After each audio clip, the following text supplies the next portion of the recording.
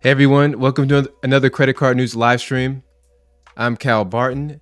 I'm trying something new out this week, so we had some issues in the past, but hopefully that's going to be dead and gone. Everybody, hope you're having a great weekend so far. I just want to say what's up to F. Davis, Cinna Madness. I see you, man. We're going to talk about what you got going on there. And we have Wondering Doc, Miss Barton, Danny Boy. Thank you for stopping through. Team Queen Beast, I see you. All right, let's get started with the news real quick. All right, so bank failures changed Fed's course on rates, but in an unexpected way. The recent collapse of two mid-sized banks changed the Federal Reserve's course of action on tightening monetary policy, but not necessarily in the way some market participants and observers expected. All right, the Fed raised its benchmark interest rate by a quarter percentage point, a more modest hike than was expected before the failures of Silicon Valley Bank and Signature Bank earlier this month. It also indicated that it would stop raising rates sooner than it previously projected. Yet, Fed Chair Jerome Powell made clear that this slight change of course was not the result of financial stability concerns. Instead, he said the committee felt it could pull back because the banking sector volatility that followed the failure served as its own check on inflation. Do you guys agree with that? You know, I've seen so many analysts kind of armchair quarterback in this issue, and they're, some saying that he should have paused it. There's calamity going on. We got, multiple banks. I think it's 5 banks at this point have failed. That he should have paused it for a period of time just to, make sure that the market doesn't completely collapse. But others say that he should have gone even further to remedy the inflation, runaway inflation that we might be seeing. So it's tough to say. Everybody, I feel like so many people think that they're like economics experts. That's not my wheelhouse, but it's so. What do you think? Let me know in the comments. Do you think that the Fed should stay the course, or should they raise it faster, or should they pause it? What do you think? Let me know in the comments. Next, crypto credit cards, once a white hot trend, have started to fizzle out. So for the past few years, crypto earning credit cards have seemed destined to be the next big thing. Announcements about forthcoming products poured in throughout 2020. Cards started hitting the market in earnest in 2021, and by mid of 2022, it looked like the trend would only accelerate. But that was before a crypto winter set in late that year and cooled the total value of the largest 100 cryptocurrencies by about 70% from a year earlier. The fledgling crypto credit card segment was not immune. Some cards were discounted or discontinued entirely. Others eliminated the ability to redeem rewards for cryptocurrency, and still others that were promised have yet to make it to the market. So that's funny. I didn't see that particular card. Can you imagine getting a card that's like named after a crypto or crypto related, and they just get rid of the cryptocurrency aspect of it? Like this is what you introduced the credit card for. I remember the BlockFi card was huge. Gemini had a credit card. I even got they wouldn't even sponsor videos, and I'm like, listen, that it's what happened with crypto. It became like a pariah overnight after FTX and all the collapses. You had a couple of their big exchanges collapsed, and Celsius was another one, and nobody wants to talk about it. It's like all those people, that meme where Homer Simpson fades into the bush, where he just fades away. That's what happened to all the crypto bros. They were talking so loud, they were beating their chest, they were like, listen, you need to get into this currency, you need to get these high interest rates that weren't FDIC insured, and you need to invest in my crypto, when they were just pumping dump schemes. And now the sugar honey iced tea is hitting the fan, right? We got for influencers galore. You got even all the way up to Tom Brady, all the way up to Steph Curry getting sued now because of their endorsements of crypto. So it's really looking, crypto is down bad. Everything related crypto is down. So we'll see. Do you think it'll come back though? Do you think it's anything's possible, right? Next, we have CFPB to require credit card issuers to share more data for comparison sites. So this is really interesting. The Consumer Financial Protection Bureau, they are really hands-on. After covering the credit card industry for this long, I'm a little kind of pleasantly surprised to see that governing, it's like a quasi-governing agency, because there's some questions around how the CFPB was formed initially back in 2010, but they are really hands-on. I see news about them every single week, and they're finding people. They're out there talking big. So the Consumer Financial Protection Bureau announced this week that it is requiring many credit card issuers to report more details about the types of credit card plans they offer on a CFPB survey, with the goal of creating a website for consumers to compare card offerings. However, the American Bankers Association and other associations have raised concerns about the process of the CFPB used to implement the changes, saying the agency didn't properly disclose the revisions it was pursuing, nor give the public a realistic chance to comment on those revisions. Like, listen, do you think the credit card industry cares about public comments? Do you think they really care about giving us a voice on that sort of stage? Are they more so want to stifle this motion that they're trying to do? It's just going to provide more clarity. Obviously the CFPB is impartial, and they're just trying to govern and rule over the financial space. And if they introduce some sort of comparison site, just imagine what that would look like. Credit card companies, they don't want their image and likeness. They don't want their brand to be, they want to be in complete control of their brand. And so whenever they have to relinquish that control, and you're basically putting them all up together on an impartial site that they have they can't put any dollars or ad spend on, and they can't show their credit card product in the most flattering light, they're going to have a big problem with that. There's a chance that the person might go to that site and get deterred off of their card, off of the Chase card, for example, and go for the Capital One card. Maybe somebody, saw that has a certain amount of annual fees. You're like, I want a no annual fee card. And they figured out that it wasn't for them. So they're not going to like that too much. So next we have Gen Z is chalking up credit card debt and falling behind on their payments faster than any other generation. I mean, listen, they're younger. They're not making as much money. They don't have as much experience. Okay. I'm just going to put it nicely. I mean, I'm a millennial. Okay.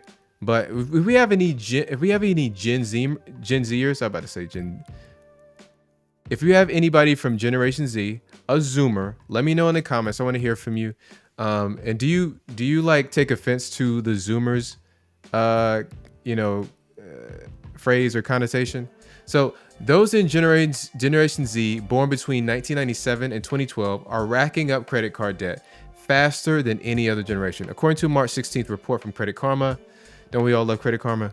It's also the only demographic group to see an increase in debt that's more than 30 days overdue.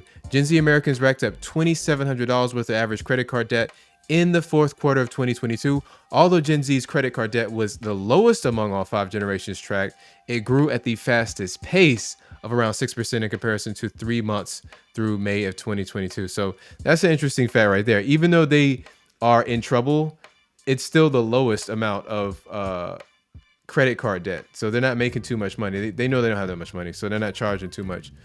But yeah, listen, credit card debt over all of the generations is up. And we're probably going to see that trend just escalate throughout the year, right? Inflation's run amok. They got interest rates at sky high rates. It's hard to buy a house. You can't really transact this year at an easy, look at the price of eggs, right? You got a chip shortage, right? You can't even get your credit card in a decent amount of time. So it's a little tougher to move out here.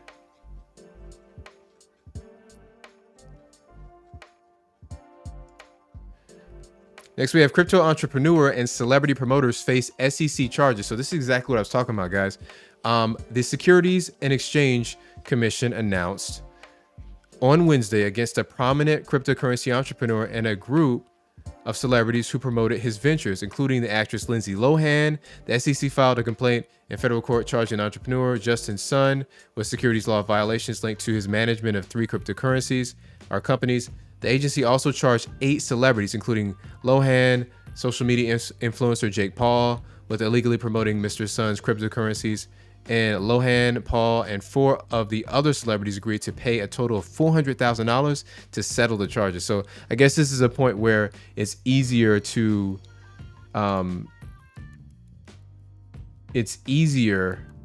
just settle out of court than go to trial and use up all of your resources to fight the case.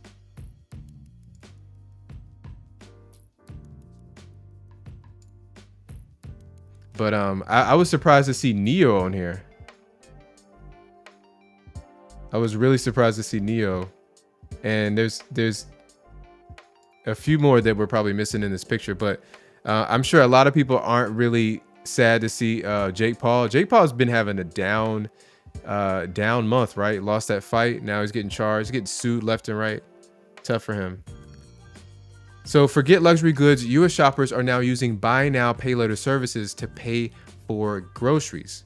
U.S. shoppers are using buy now, pay later services to shop for groceries as the cost of living crisis rages on. According to new data from Adobe Analytics, in the first 2 months of 2023, grocery share of the spending done via buy now, pay later services grew by 40%. In contrast, BNPL usage for apparel products grew by 8%. And fell by 14% for electronics. So we do see at least people are spending a little bit less on electronics and apparel. So they're more concerned with the necessities, which is food. That's good, right? You're going to see a silver lining there. But while the number of online purchases made using buy now, pay later services grew in the last 2 months, revenue fell by 19% year over year, indicating that customers are using these services for cheaper items. So I just can't imagine going into the store, spending $100 and say, listen, let me pay $20 this week, and then let me pay the rest off over the month, or the rest off over, 3 to 4 months. Can you imagine going to the store just for your weekly or your monthly grocery haul, and then you have to put that on your groceries on like a payment plan, like a multiple months long payment plan? That's wild. Next, we have a new report reveals many credit card holders don't claim their rewards. So according to a new creditcard.com survey, 23% of rewards card holders haven't seen any rewards over the past year. Let me actually choose a different design here.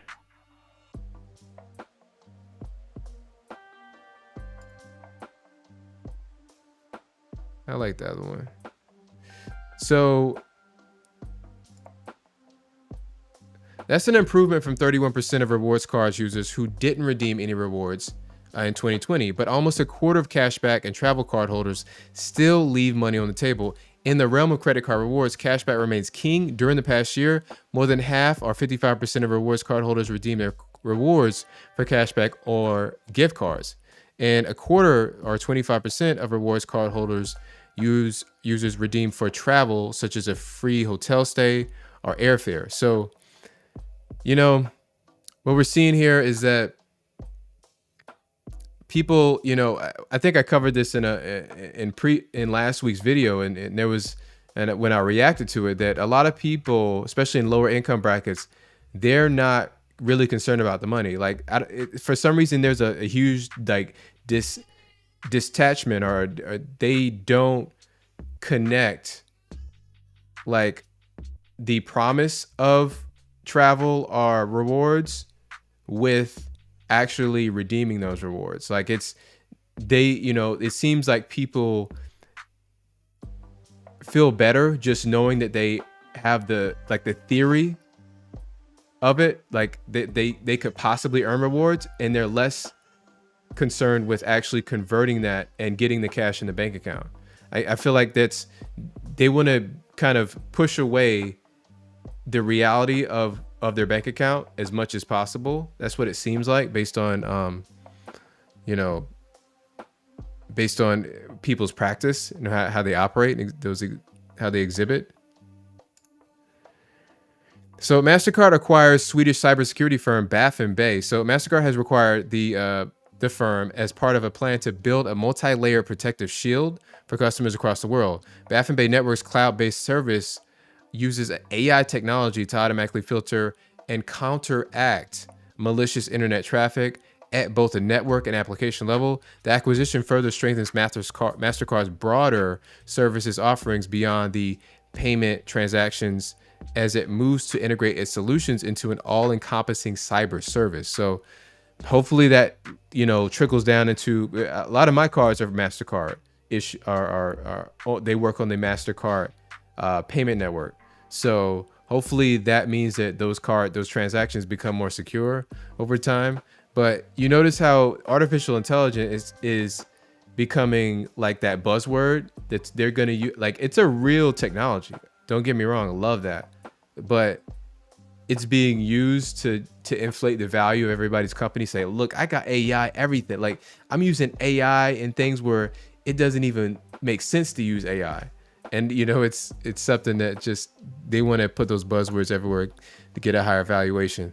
All right, so this is something that I covered on my newsletter this past week. If you're not part of the newsletter, go ahead and hit the pinned comment in this stream, all right? Because there you can access it. But this is a kind of a bombshell. The Tomo card introduces a participation fee. So a participation fee. What does that mean? So starting on May 2nd of this year, the Tomo Charge card will charge a participation fee of $2.99 per month, which amounts to about like $36 annually, according to an email sent to account holders. The email also stated that some setup and maintenance fees will be assessed before card usage, which may reduce the available credit. The email informed recipients that they could reject the changes, but would not be able to use their card for new transactions if they did so. Yeah, and Danny said, Tomo, I love it, man. Danny said Tomo is a joke. It's a joke. And you know what? I can listen. I'm gonna agree with you right here. I didn't see any official word on their website. When I looked on their website, actually, let's go big screen for this. When I looked on Tomo's website, I didn't see anything about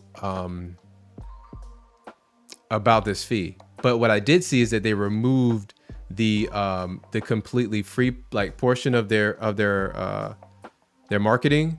They didn't have any sort of section that said this card is like free to use or $0, no annual fee. So I think it's really bad that they're using very deceptive language to say that it's not an annual fee when it really is. It's a monthly fee. And I think it's an indicator that the Tomo card they need money. It looks like it's probably a strong indicator that they might be on their way out. It's something that I thought it was a decent card in the past for building your credit. That's what it's billed as. It's a card that you could use that wouldn't let you overcharge it. It wouldn't let you incur any sort of late fees or any sort of negative. It wouldn't negatively affect your credit report at all. But now they're adding in. Here's what they did. They initially came out the gate with a 1% cash back rate, and then all of a sudden they removed it. And then I don't know when that happened, maybe a few months ago. And now they're introducing a monthly fee. There are so many other products out there on the market that don't charge any monthly fees. I can name one, the Super Card. Probably never heard of it. Just came out a few months back. It's getting you 2% cash back on a secured credit card. So that's way better. There's no reason to have this card. And actually, I had one just to test out myself. I'm canceling it, as soon as possible. As soon as I get in touch with somebody, I'm definitely I'm done with it. And this is a pain point for fintech companies. All right, you guys should know that when you're dealing with a fintech company, They are competitive. They will give you better terms. They're going to give you higher rates, better interest rates, like for, a savings or checking account. And they're going to make you feel good. They're going to have newer marketing, like their user interfaces are going to be better. But the downside is that they don't earn much money and they haven't been around for a long time. And they're being run by younger people. They don't have as much backing, as many connections. So things tend to change a lot in a short amount of time. And so that's what you have to be aware of before you get involved with some of these fintech companies. All right.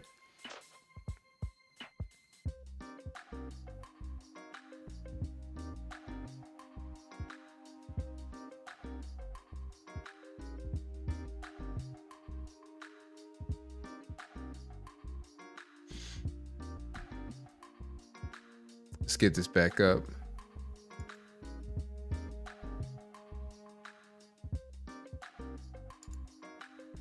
All right.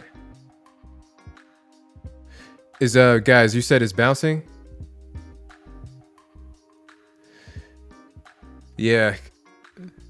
It's my first time using this stream. I'm sorry, guys, using this new streaming software. I thought it would be good.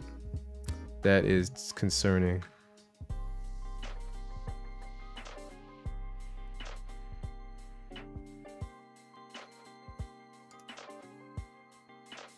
Let's do this.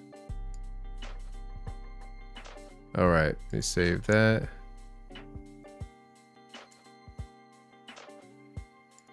Okay, guys, let me know if it got any better. I just made a simple change here. Just let me know in the comments if it got any better.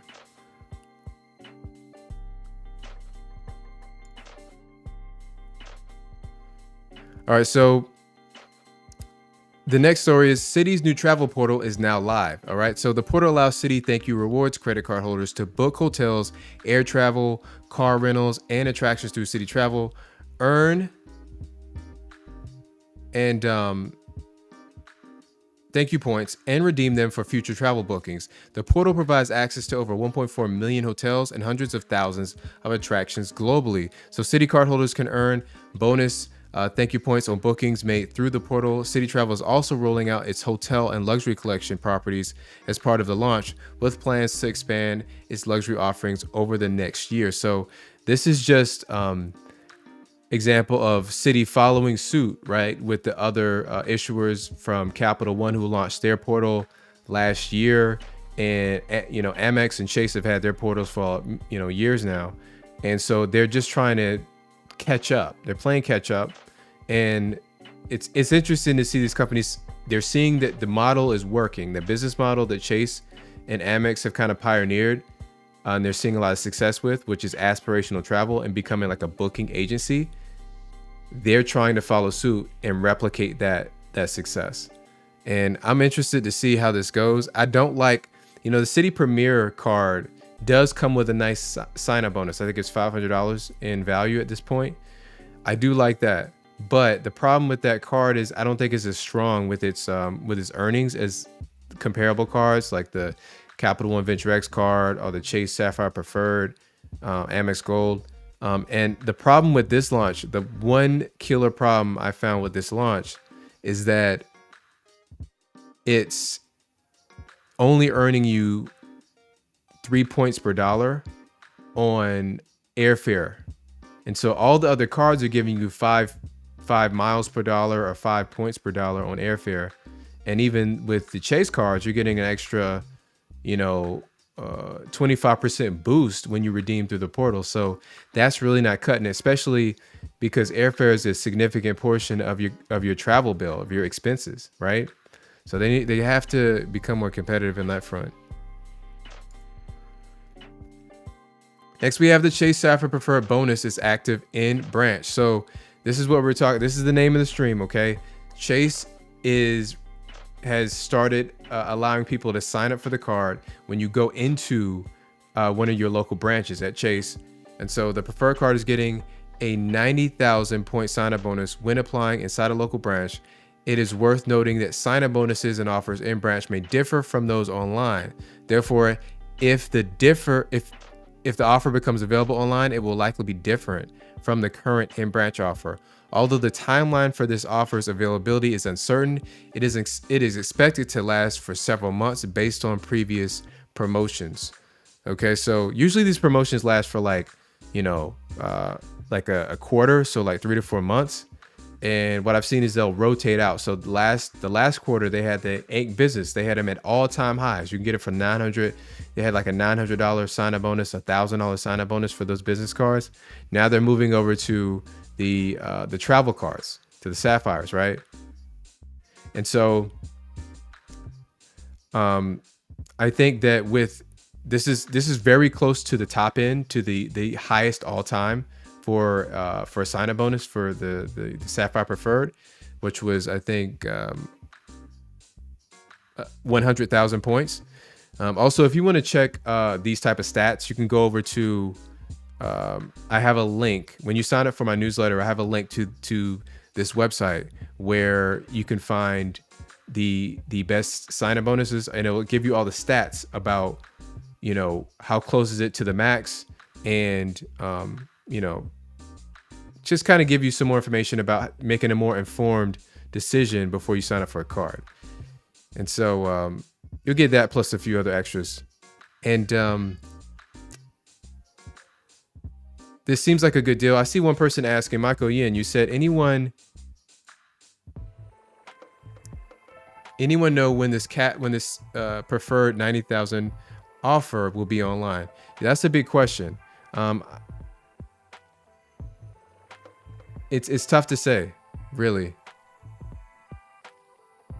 And that's actually a question I asked on my newsletter. I'm like, how many people are actually gonna go physically in branch to do the application? I know Nino, if you're in here, one of my audience members said that he only applies for Chase cards in branch because you tend to get better deals dealing face to face. Sometimes you can get that first year waived. I haven't seen any reports that anybody else has been able to get that first year waived, but it's always good to circle back with Chase like a month before your annual fee is due, just to see if you can get like a retention offer. Just say, hey, transfer me to the retention department, softly threaten, right, to cancel your card, saying, you might want to downgrade or something. And hopefully they'll offer you something. Maybe they'll give you a statement credit for a portion of your annual fee to make it worth your while. But if they don't, and you don't get value from it, then the best thing you can do is downgrade to one of the Freedom cards, either the Unlimited or the Flex card. And if you do that and you wait 4 years, you can actually sign up for another Chase Sapphire card and get the bonus again. So you have to wait a complete 4 years to have that happen.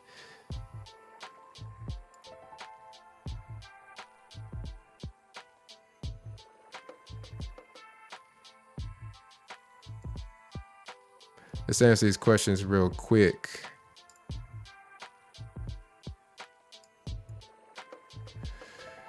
So, yeah, F. Davis, man, what's up? You said, I don't have a Chase branch near me.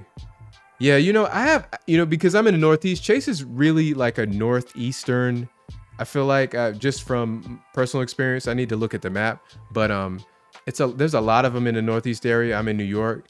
So I have one down the street from me. So if I did have a willingness to get this card, I could go down to that branch. And then Jesse Hernandez, what's up? You said, anybody asked their in-branch location and asked for the newer sign-up bonus, even if you already have the one online.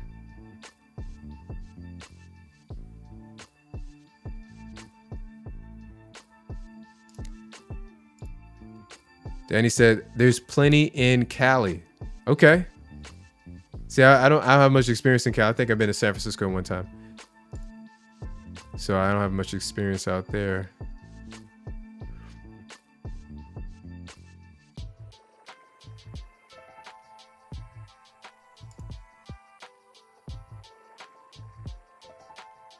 Oh, and guys, if you haven't yet, go ahead and like the stream for me. If you want to see more live streams like this, you want to talk about credit cards, you're interested in the credit card industry, go ahead and like the stream, all right?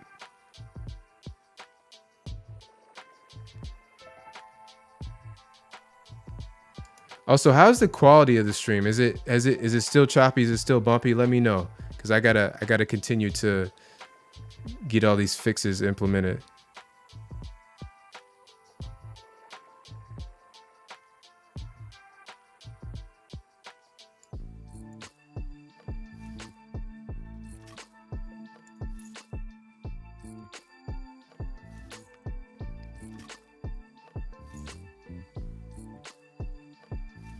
All right.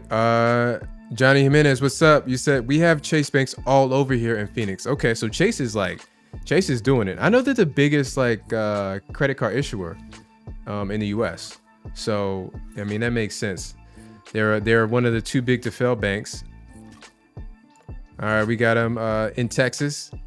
John Moore said we have them in Texas. John, what's up? All right, he says still grainy. Okay, I'm gonna have to investigate that. Thanks, F. Davis. All right, so there's a video that I want to react to, guys, and this is regarding Chase. All right, so we're gonna start with that.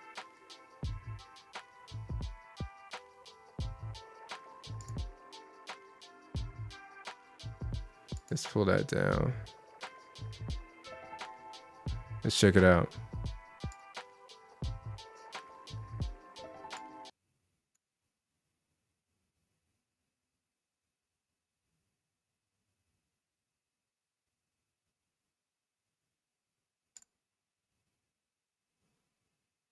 Make sure you can hear it.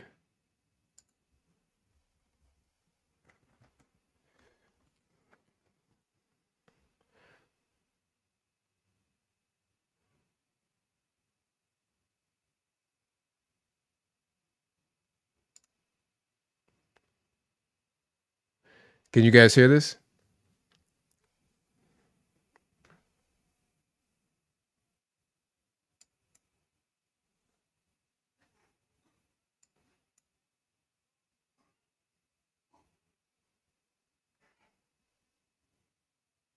All right, let me pause it real quick. Why is that?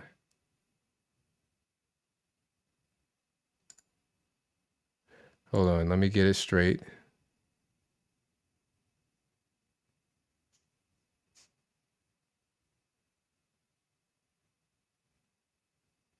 Thanks, guys.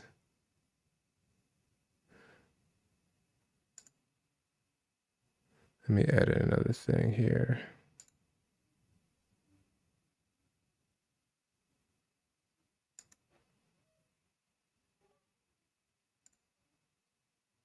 Let's do this.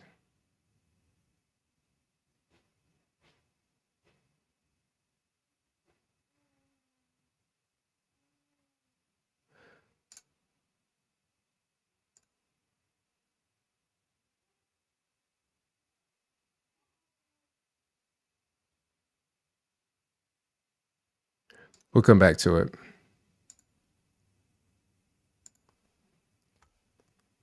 I got an idea.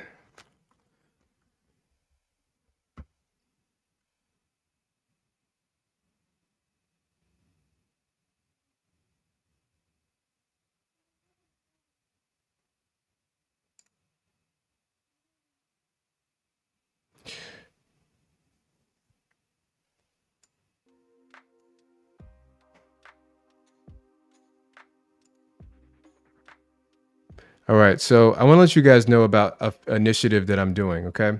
So what I'm getting involved in now is business funding and business credit. I recognize that a great portion of my audience are business owners. And if you are a business owner, let me know in the comments and like what type of business that you run. But based on a previous poll, about 30% actually own a business and another 30% want to own a business. So if you do own a business, let me know what kind you own in the comments. And then also, if you want to, just let me know. Say,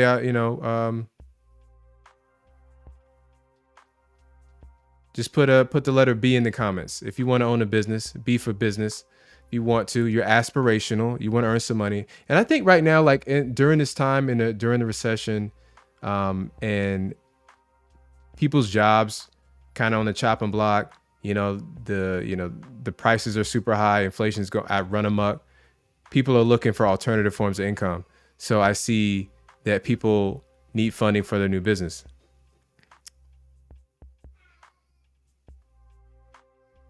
And so what I did was I partnered with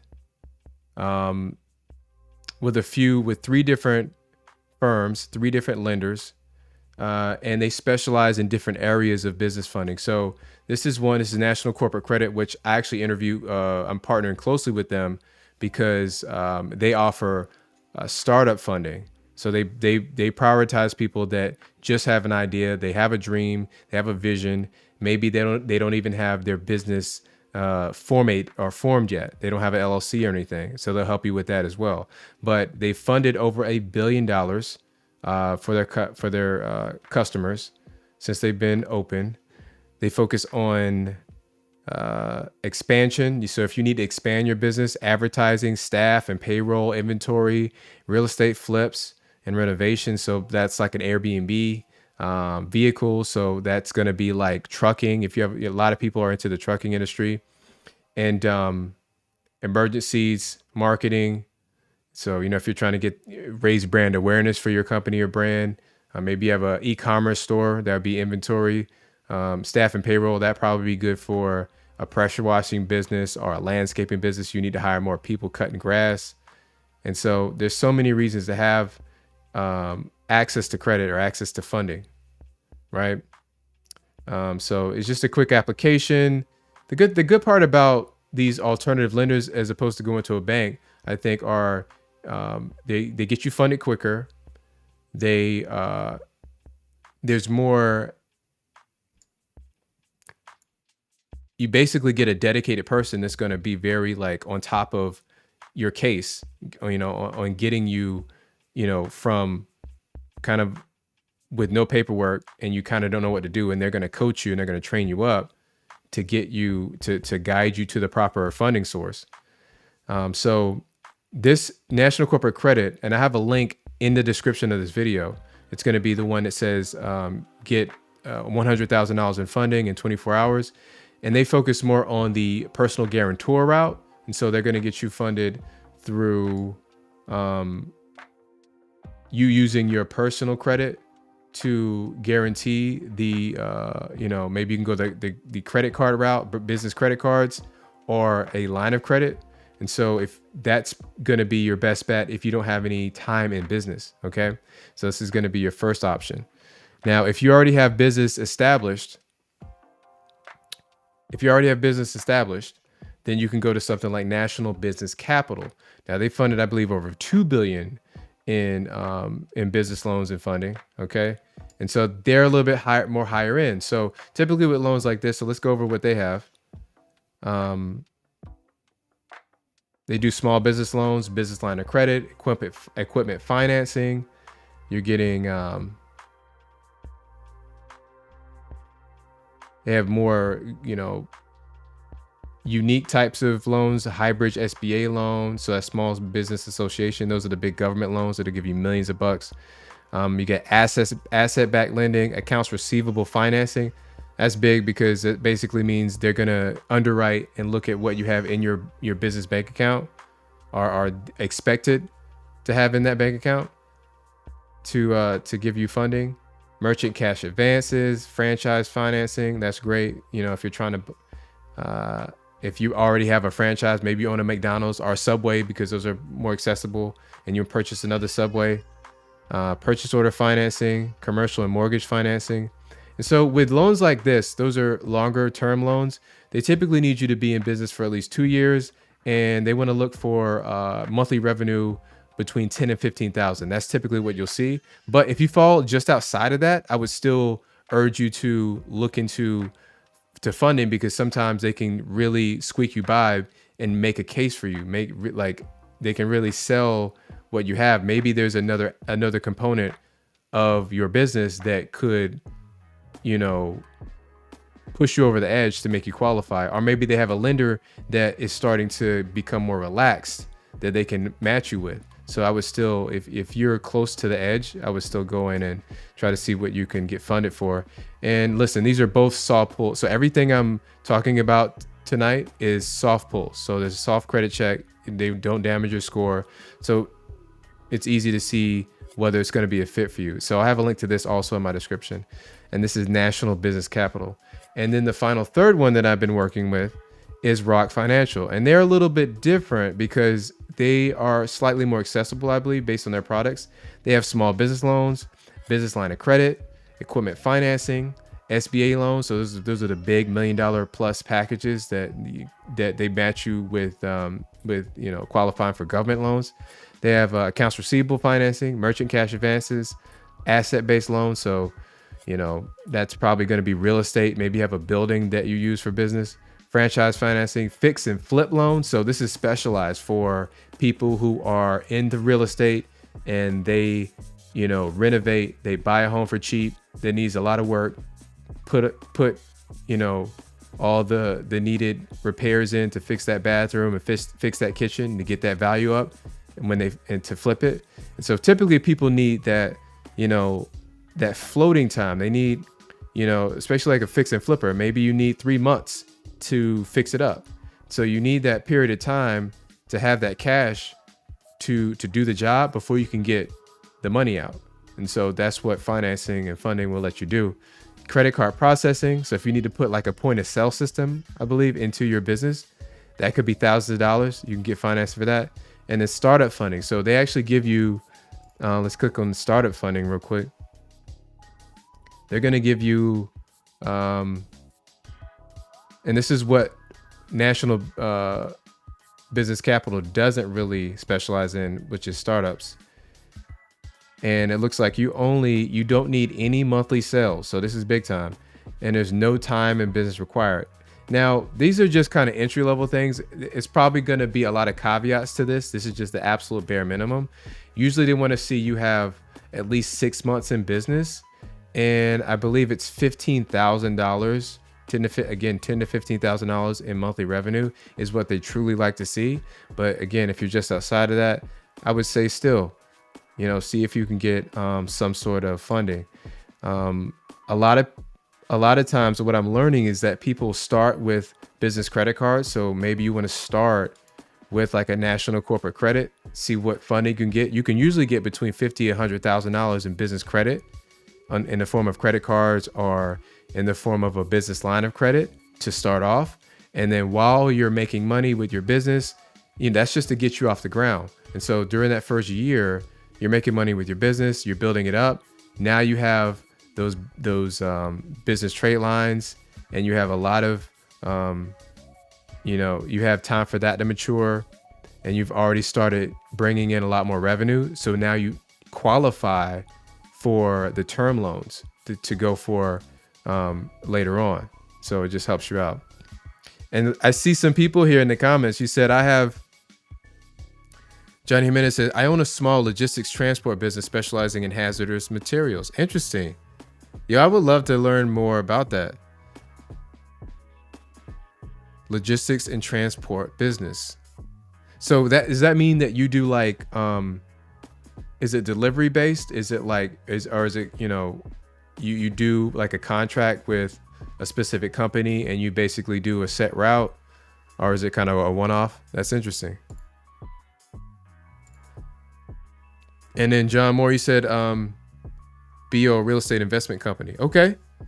So what I'm learning more and more is that there's different types of real estate investment. Some people do Airbnb and they do like turnkey. They'll do, what do they call it? Corporate leasing with Airbnb. And they do, there's the fix and flippers, wholesalers, and then like long-term, buy and hold, just rental income. And I got a lot of B's in here too. I see F. Davis, Shanika, Michael Brick said no. Oh, that's probably for the sound. I'm sorry. It's good to see people who are like entrepreneurial minded.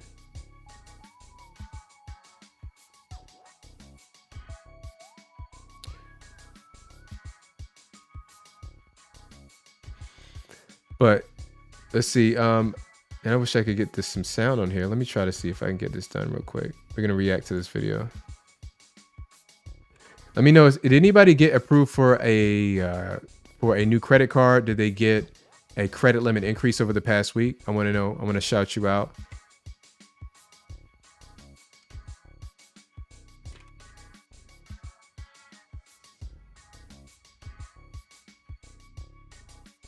Let's go to slides.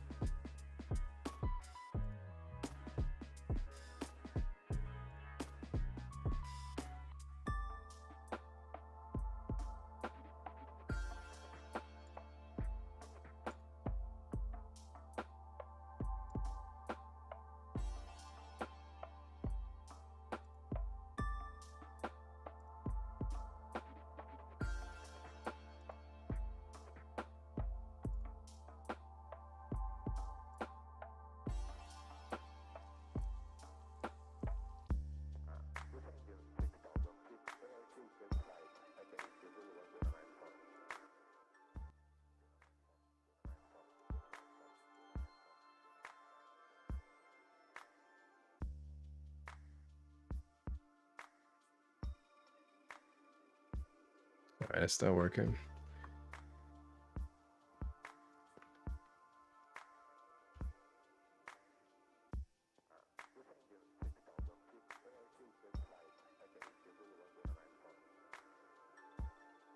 All right, so we got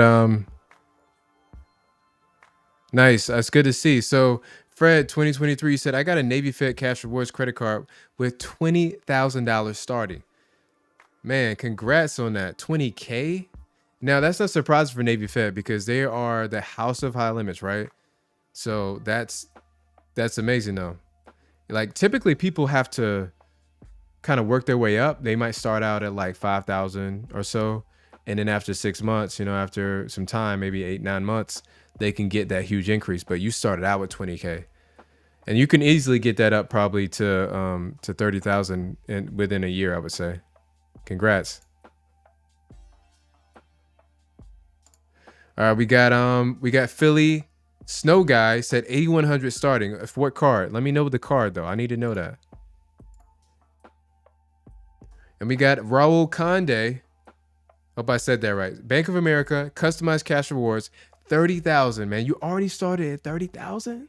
30 racks? Up to 40,000. I didn't even know it could go that high. Barclays View, 25 to 35. Venmo, 11,000 to 20,000. Now, I'm not surprised. Venmo, because there are, they're issued by Synchrony Bank.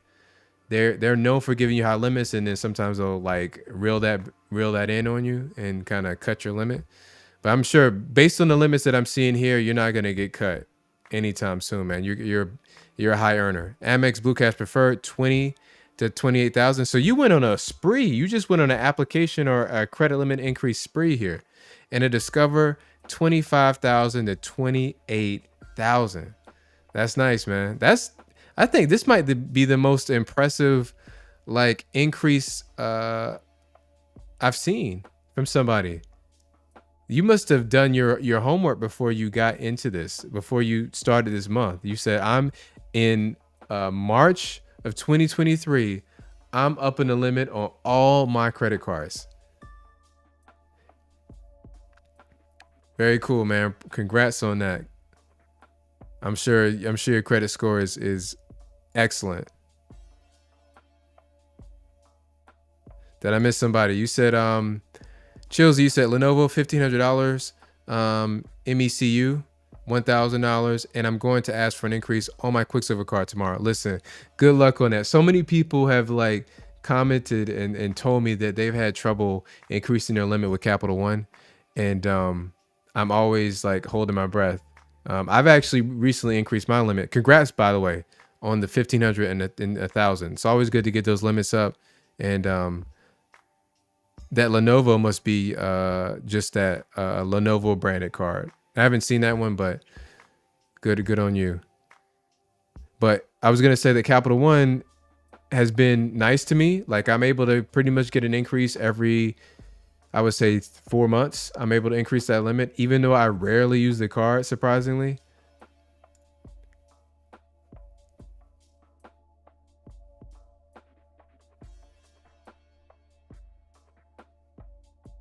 All right, let me see if I can get this. Guys, I am going to get this video, I promise. Let me remove that. Just when you think you had it all figured out.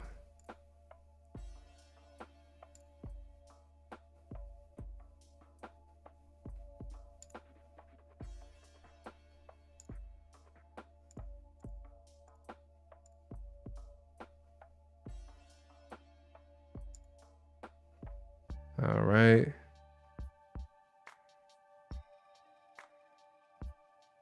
Wait a sec.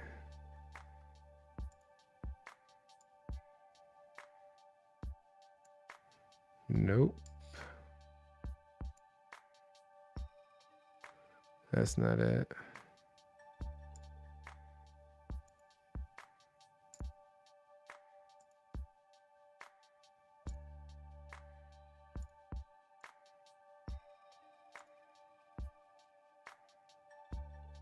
Oh, Raul said, wow, coming through heavy, man. Raul said credit score is 838, man. That's very close to perfect, man. Even my 60-year-old coworkers don't have a credit score that high. I think he's sitting at, like, one of my coworkers is like at 815, 820. You know, my score recently shot up. I'm just under 800, so I'm like a 795 at this point. It's between 790 and 800, depending on the FICO score I look at. 838. Hats off to you, man.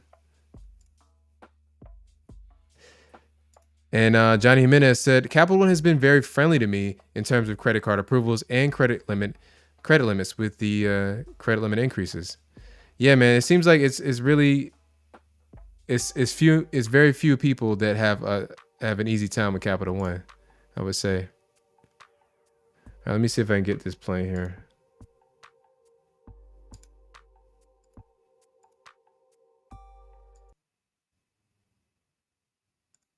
What if I remove that source?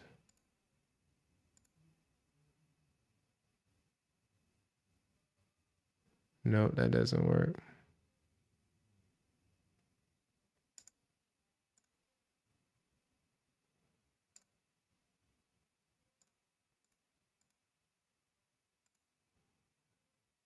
You know what I think I have to do? Share my window.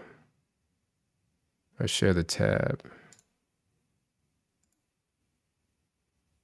Here we go. Guys, I think I got it unlocked here. This is, hold on.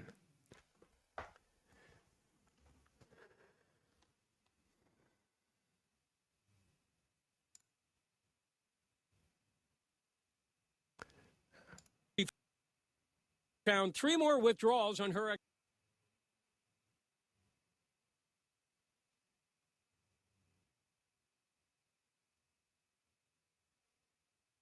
Side story about a new type of ATM fraud has exploded. All right, so you should be able to hear this. So let me just preface this by saying that this is an update to a story, okay, where Chase has been having an issue at their ATM terminals with credit card fraud. And so we're just going to recap, and then we're going to get to some new stuff.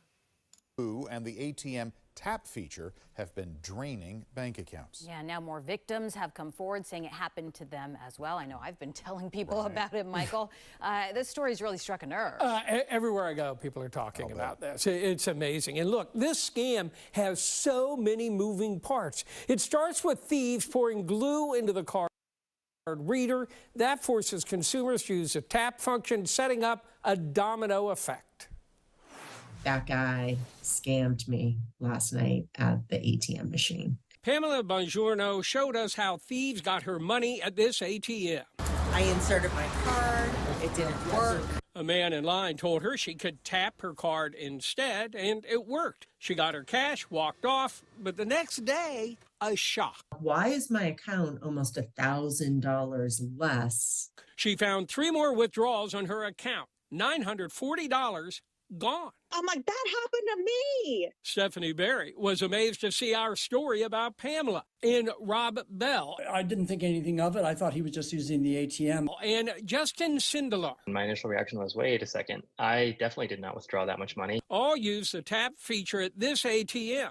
All found their accounts drained after they left. I was so mad. I was like, that happened to me. I knew I should have called 7 on your side when it happened. Stephanie says she tapped her phone at that ATM to withdraw $20, then hurried off because a man was lurking nearby. But I didn't know if he was being a creep or what he was doing. Seconds later, a fraud alert on her phone. Did she just withdraw $600?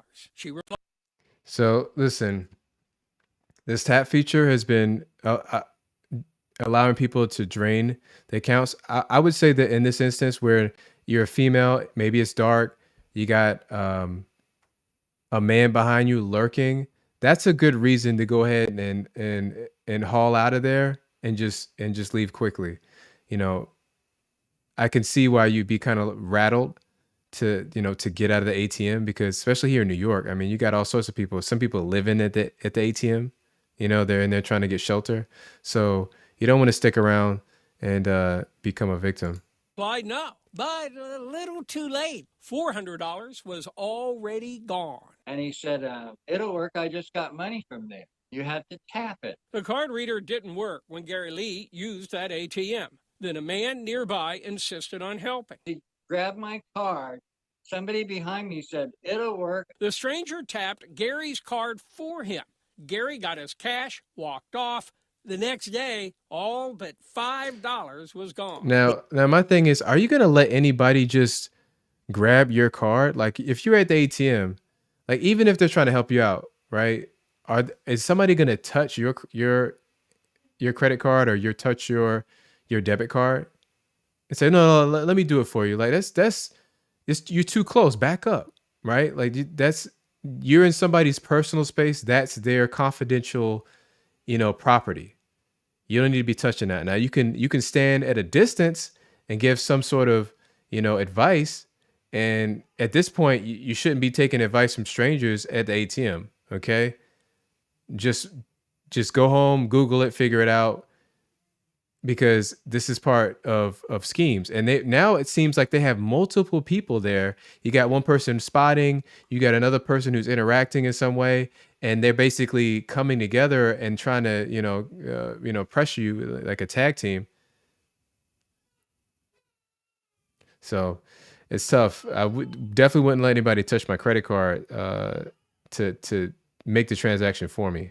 They put glue in the card reader of the ATM machines. The bank manager told Pamela that scammers pour glue into the slot so victims have to tap. By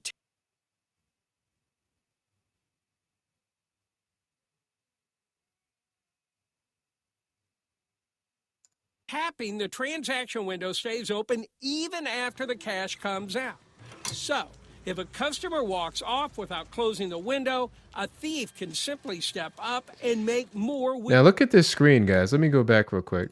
Off without closing the window, a thief can simply. Now, if you get to the screen, it says, "Would you like to do something else?" Right? This screen needs to be bold and bright.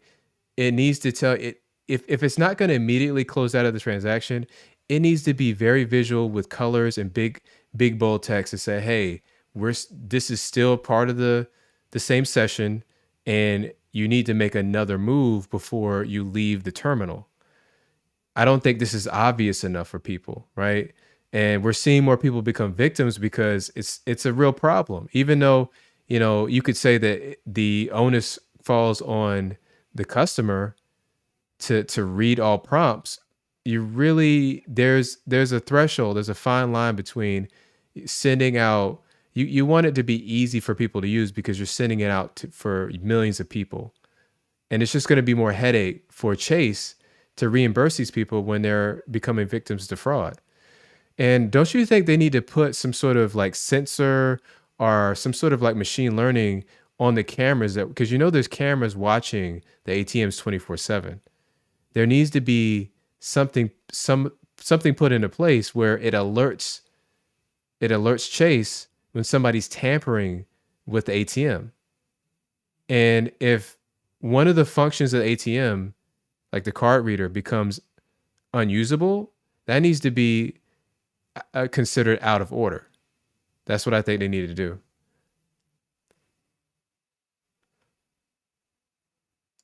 Step up and make more withdrawals. Chase said customers should wait for this screen.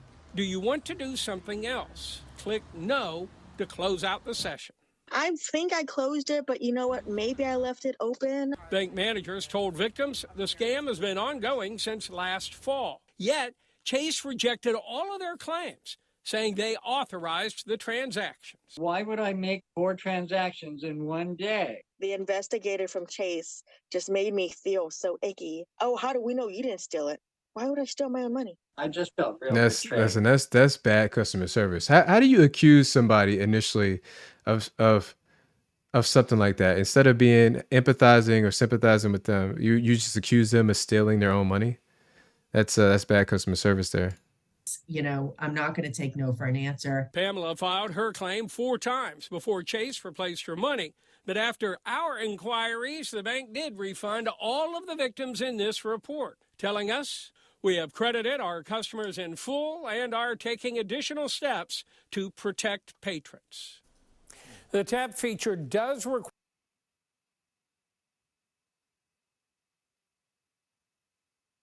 All right.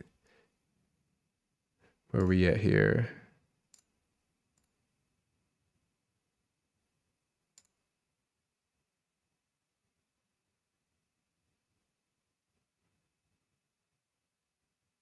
Okay. So guys, I just want to acknowledge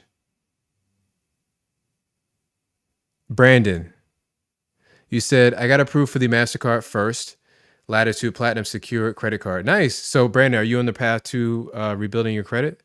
Is that what that means? Congrats on that.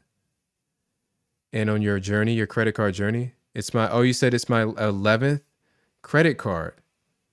Cool. What is the FICO scoring company says that a high achiever has at least 6 credit cards. So you're above that. I think just about everybody in this community is going to be above that just because we're enthusiasts.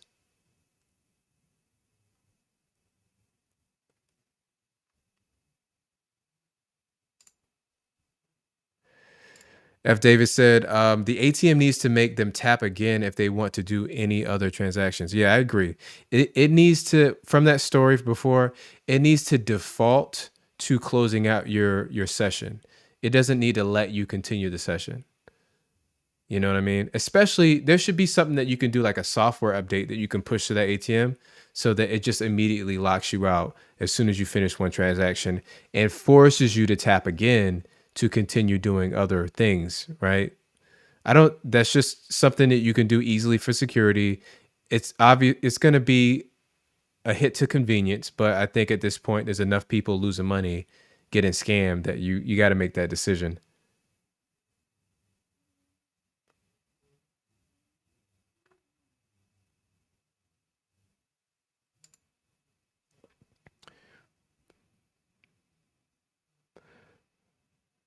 All right, guys. So I do this every Sunday at 7 p.m. Guys, I want to thank you for attending the stream with me. Oh, and F. Davis, man, thank you. I appreciate the super chat. Thank you for looking out. You said good info, sir. Yes, that's what I strive for. We've been doing this, about a year and a half now? So we're going to continue doing this every single week. I'm trying to bring you more value. And I'll see you next Sunday. All right? Everybody have a good evening.